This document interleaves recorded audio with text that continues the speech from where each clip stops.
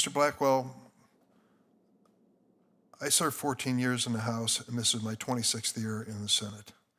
This is the first time I've ever chaired a committee. You say, Durbin, what were you waiting for? I was waiting for seniority, and sometimes it smiles upon you and sometimes it doesn't. But I was lucky because this was the committee I would have chosen above all others to chair.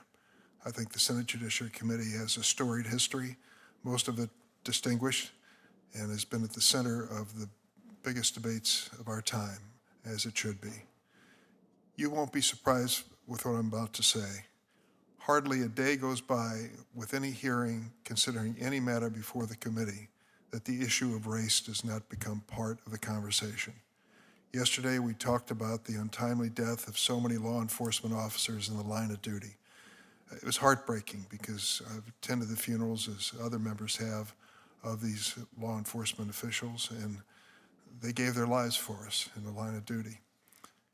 The day disintegrated into a debate about race, Black Lives Matter, defund the police, all of the slogans which we know are part of the conversation on race in America today. You have done many things in your professional life, but there's one that distinguishes you from all others. In the decision to be the prosecutor, the special prosecutor, in the Chauvin trial in Minnesota. It was an awesome responsibility, and from my point of view, I think you handled it professionally. I couldn't have asked for better administration of justice in that courtroom, from what I could see as an outside observer. I will tell you, though, I think you understand better than anyone else that that moment, that 9 minutes and a few seconds, when Derek Chauvin took the life of George Floyd on video, is an image I'll never get out of my mind, never. I'll see his face forever, as I saw the face of the little Vietnamese girl running after the napalm. It's going to be there forever. Give me something that's hopeful on the issue of race, because you've seen the worst parts of it in our nation. Give me something that gives me hope that we will get behind this and be a better nation for it. Thank you, Senator. It is my view, and it was a feeling that I had coming out of the Chauvin trial and listening to all of the comments I heard and the emails I got and interviews I was involved in. I came to this conclusion and feeling that the issues as Americans that unite us, the things we care about, are greater than all of the different issues we find to divide us. And that I saw this sort of groundswell across the board. It didn't matter political spectrum, race, gender, where people felt in response to some of the divisiveness at the time that we are better than this. That you saw, for example, those who were standing up for the notion of e pluribus unum from the Many of Us One following the Chauvin trial.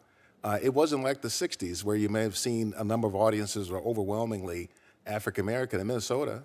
I wouldn't say it was. It was people from all races, colors, persuasions who stood up to be a part of this experiment to improve, to make America better. It inspired me to want to continue in this trajectory of service, this time toward the bench.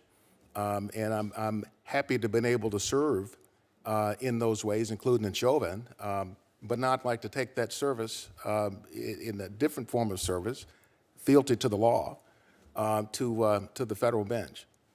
Let's go directly to the issue. Chauvin was found guilty. He's serving time for it, at least 20 years as I remember.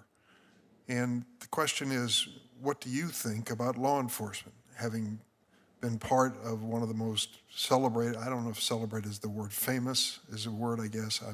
I'm struggling to make sure I put it in the right context. One of the most well-known trials of a law enforcement official and being the prosecutor who found him guilty. What is your attitude toward law enforcement and police in the United States today? Senator, I think in some ways the law enforcement were the heroes of that trial. I myself am a former police intern with the Menlo Park Police Department. My little brother is a retired police sergeant.